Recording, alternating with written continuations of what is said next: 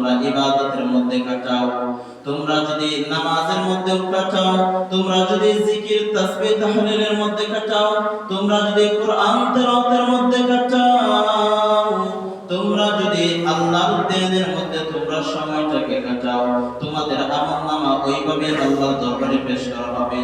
আর আল্লাহ তাআলা তোমার পুরো এক বছরের জিম্মাদারি ওইভাবে লিপিবদ্ধ করে দিবেন। সুবহানাল্লাহ। যদি আমরা আমাদের এই রাত্রটাকে যদি আমরা অপমূল্যায়ন করে কাটাই দিই তাহলে কি হবে?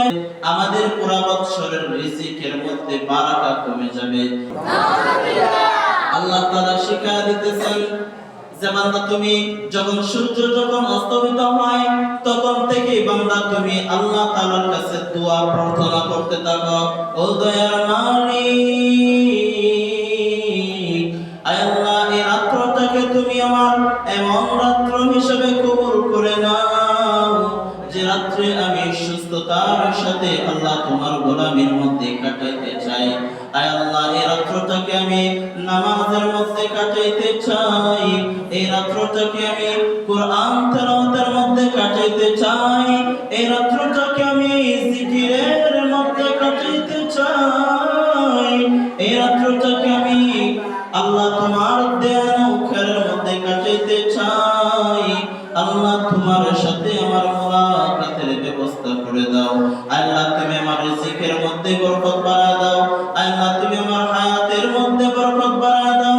আল্লাহ তুমি আমার সুস্থতার নিয়ামত বাড়ায় দাও।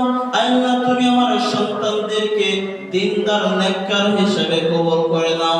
এরকম দুনিয়ার যত পেরেশানি আছে আল্লাহ তাআলার কাছে রাত রমজান দরখাস্ত করব, দোয়া করব। এবং কি যত সমস্যা আছে আল্লাহ ঋণের মধ্যে পড়ে আছি, ঋণ থেকে মুক্তির ফয়সালা করে দাও। আল্লাহ বড় বড় বিপদ সমস্যার মধ্যে পড়ে আছি, সমস্যার সমাধান করে দাও। এইভাবে আল্লাহ তাআলার কাছে দোয়া করে করে করে করে নিজের নেক আমলটাকে আমরা কি করব? আল্লাহর দিকে আমরা আল্লাহর সন্তুষ্টি কামনায় লাগিয়ে দিব। ঠিক আছে না ইনশাআল্লাহ? আল্লাহর গোলামের মধ্যে আমরা কাছে দেব। এই রাতটা যেন আমাদের কোনো অবস্থায় মিস না হয়ে যায়। এখন যে নেক আমল করব, কি কি নেক আমল করব, এর